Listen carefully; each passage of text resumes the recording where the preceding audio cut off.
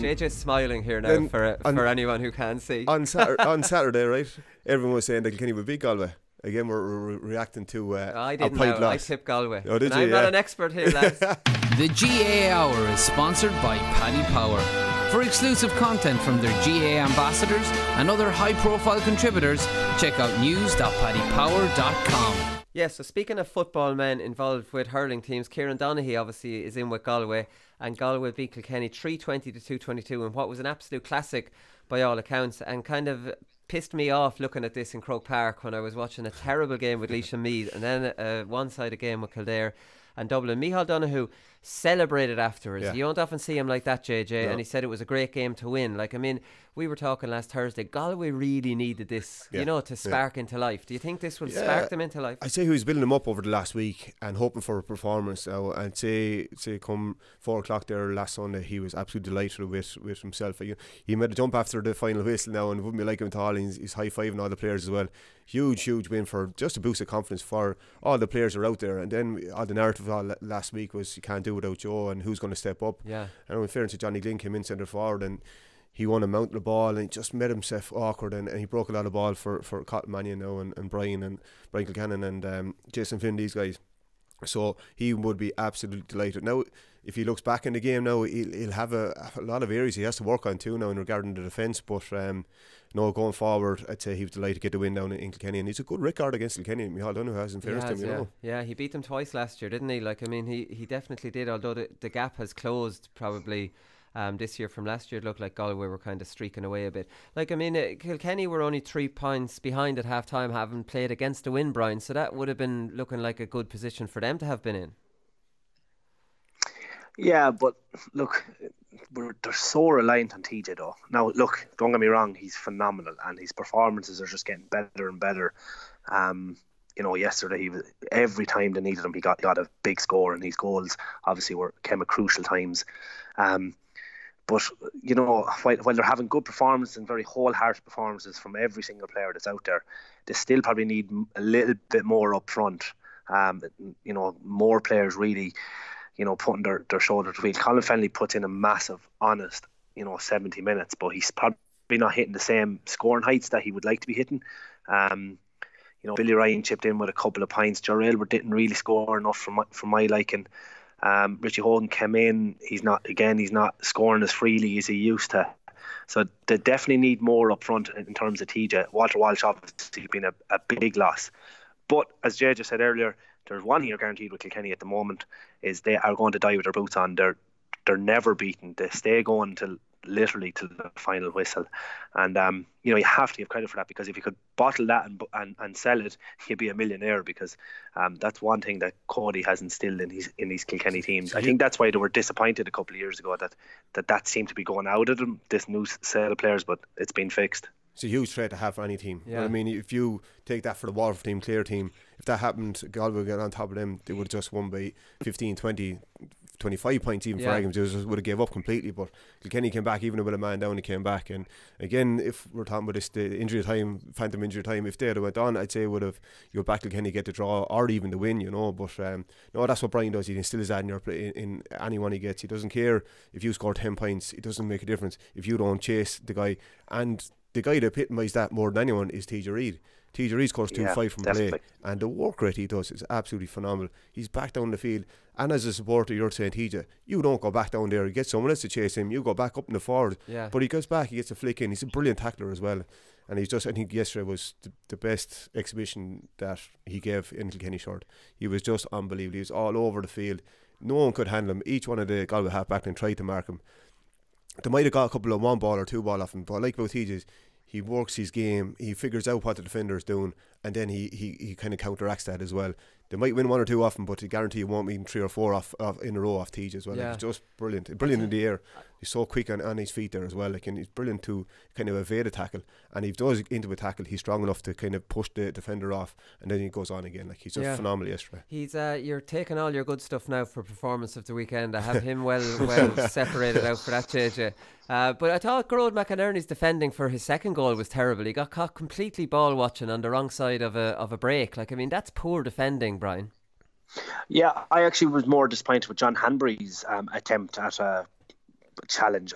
He just goes to buy him. Now, it was brilliant from TJ that he fainted like he was going to hit it, and I would say majority of hurlers in Ireland would have struck it the first time, but he put it back on the hurl and went through the challenge. But like John Hanbury, like he just went straight by him, and John just put the hurl, and I thought, he should have been rugby tackling him, doing everything he could to try and take him down in that situation, or at least putting his body on the line. So I thought that was worse. I know they all got caught the ball watching under the high ball. There was obviously no call there from a Galway perspective. 2 or 3 of them went up under the ball, but it just shows how elusive TJ is. He just he's brilliant vision, he's brilliant anticipation, and then obviously it's just, I don't know, that awareness that Hanbury was coming across and be able to put it back on the hurl and make sure he got in space and rifled up into the top corner. But look, he's exceptional, and he's something, JJ touched on it there. His work rate is phenomenal as well. But even the first goal he got, he broke onto a ball around 65, and it eventually went into Colm Parkinson, but he just kept moving, so he went from the 65 all the way into the 21 in just the blink of an eye, and that's how he loses his marker, because he's obviously been marked so tight, but he just never stops moving and never stops working, and that's how he eventually shrugs them all off. So, but look, he's obviously been watched extremely tight. He's been man-marked, and we see the same with Tony Kelly, we see the same with Austin Gleeson. But I actually think what really helps him as opposed to the other 2 players is that he bases himself at centre forward, and that's his, there's where he starts, and he moves from there. Whereas the other boys seem to have a license to go anywhere, and they don't have an actual position that, when it's going wrong or it's not really kind of working out for me, you can just set yourself into your position for, a minute or 2 and, and maybe just hurl your own area and try and work your way into a game. Yeah. But TJ's exceptional. It's a big difference between TJ and like Tony Kelly now and Aston Gleeson. Now, last season not as much, but Tony Kelly, the big thing you see is you puck the ball 70 yards down straight on top of TJ Reid. 9 times he's going to win the one ball himself, whereas Tony Kelly's relying on someone else to win the ball. He comes around the loop, maybe that's not his fault, but their management are telling him to do that, and he has to get someone else to win primary possession first and then hand pass out, he'll score then. But TJ's just got to do it himself, like, you know what I mean? It's so easy for a goalie, whereas TJ, puck it out straight on top of him. If you're under pressure, where do you go? Straight to your main man, straight to TJ, and he wins majority of his own ball anyway. It's a huge thing to have in your locker. But I actually think Tony Kelly wouldn't be too bad. Like, he's not bad in the air. It's just that they don't hit any ball on top of him, and it's not told go and win your own ball. It's a different message completely. Right. Like he wouldn't be. As you know, with Cody, JJ's, you'd be told, like, win your own ball. Like, that's your first and foremost of any team. Like, as far as I'm concerned, like, that's the same with us at home with the club. Win your own ball. Doesn't matter what height you are, you go and you win it, or at least if you're not winning it, you're breaking it. Whereas Tony Kelly doesn't get those balls put down on top of him. That's not the message that's coming from them. They're so reliant on their puck out strategies. Like, they're over reliant. Like, I that drives me mad. It's a crutch, and I've said this numerous times, but I think that's really evident when you break it down. When I know there are times you hit short puck outs or quick puck outs, and of course that needs to be done at times. But there are other times where you just have to man up and win your own ball, or, as I said, at least break it.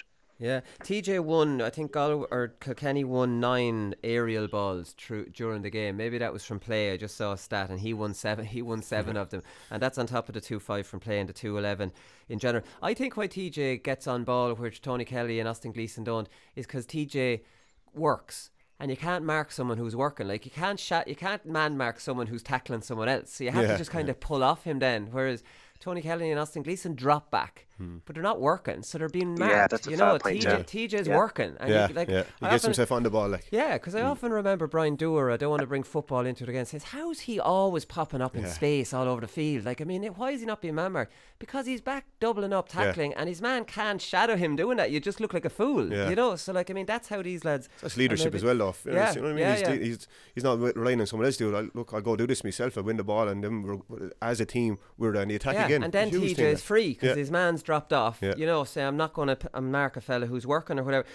Brendan Cummins showed last night on the Sunday game as well the use of Galway using their extra man, and this was criminal now from Callan at the end, where I think it was Joseph Cooney's clearly free. They had a spare last man. Minute of the game. Well, that was the last minute of the game one. If I was telling me a goalkeeper get it down the field as Really? far as you. But he showed a few 40 examples. yards out was very. I know he was open, alright, but there was. But they're a spare man. I know, but as a keeper, like, you know what I mean, you have to back yourself 100% there to get that to Joseph Cooney. If that slips out of his hand or into that, he would be absolutely lambasted by every supporter in Galway. You know what I mean? I'll take your point maybe on the very last one, but there were other examples. That's the last one I'm talking about, right? Like, here's the thing, right? So, what's your system?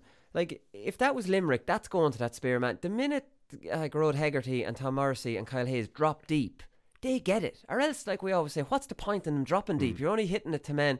So then their half-back have to push up on them and have to do something about that, and then you can give to your full forward line. But without giving it to Hegarty and these lads, and they always get the short pass when they drop deep. But like, Galway had a spare man yesterday, and they're not making Kilkenny worry about this because they're not actually using him. I find that it's just tactically it's not good enough, is it? Yeah, they're just getting the ball up the field as quickly as they can, really. And look, if you're hitting a high ball up the field, it should be a backs ball, really, to be fair. Like, whereas Limerick, they're all head high ball, 20 or 30 yard passes down up through the lines down. They can even go backwards as well. They go forward to Gerard Hegarty, he might throw it back to Declan Hannon, and then it's going over to the far side of the field. Like, you know, they're very, very good usage of the ball, whereas Galway just got it, spare man. But it's just a different style. It's a different style, but it's more Limerick one is more right, we'll play to the forwards' advantage, whereas the Galway one yesterday was get up the field and it's gone away from our goal. It wasn't really to the forwards' advantage, to be honest with you. Yeah, no, it wasn't. And Brian, I don't know, when they had a spare man for however long they had between when Murphy got sent off, like, you would have thought that they would have maybe gone through the lines a bit more then. Yeah, and probably again getting confused between systems, because against Wexford they probably were over playing the ball and went through the lines too much and didn't go direct enough. So they seem to have changed their style, because they were very direct when they had their six big forwards. But I'd say with Johnny Glynn there yesterday, they were probably more in the mind of that they're going to go direct.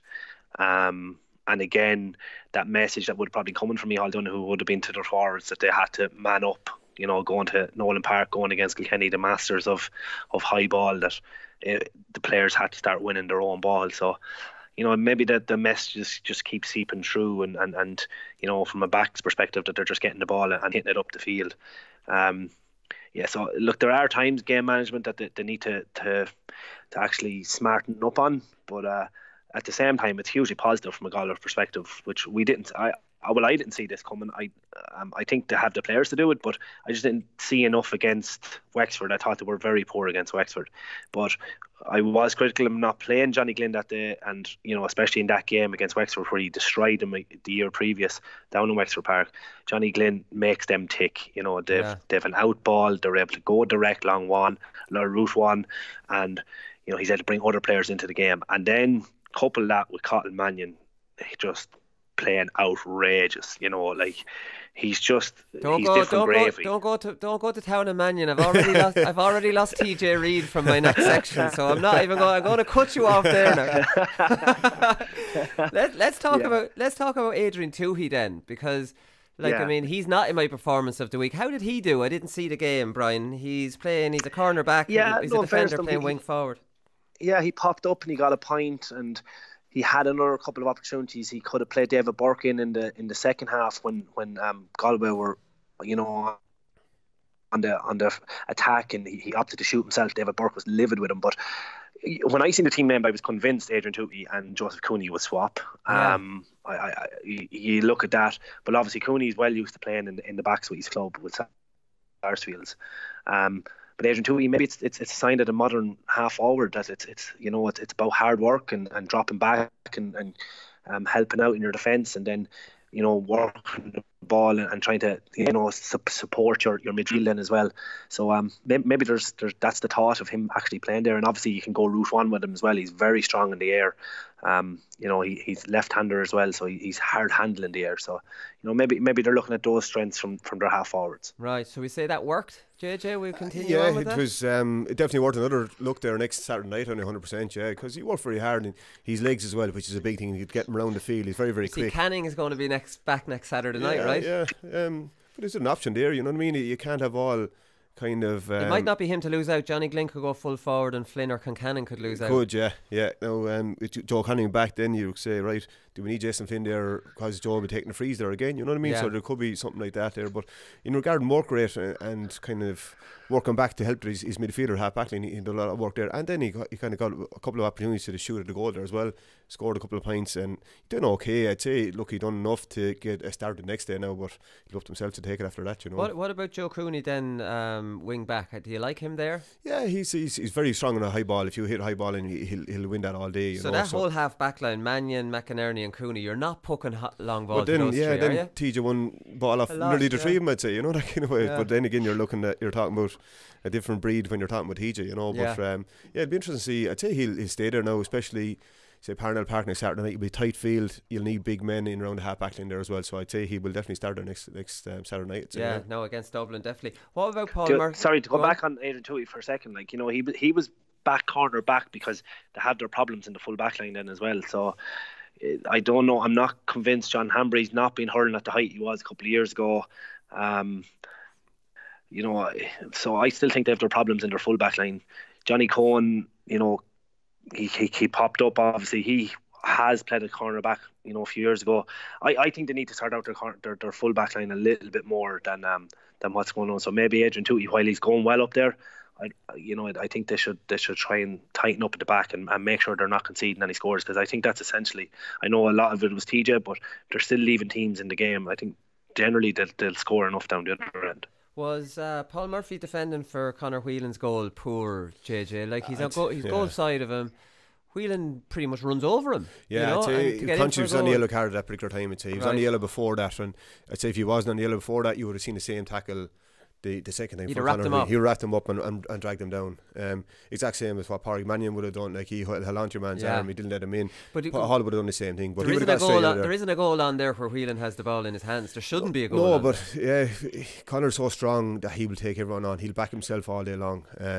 He's just a nightmare to mark. I'd say he'll just follow to the end of the earth. He's so strong, so skillful, and he's actually bringing a lot of accuracy back to his play there as well. Like he's hit form, he has hit form again. Now, in fairness, the last two games, he's been the main man up front there for Galway, you know. So huge thing. But I'd say Paul, if he wasn't on the yellow card the first one, he would have done the exact same thing, and he would have wrapped him up, took the free, took the yellow card, and moved on. Then again, I'd say, you know. Yeah, no, exactly. So to finish up here, Galway won 11 contested aerial balls. Kilkenny 9. I was just saying. TJ won 7 of those 9.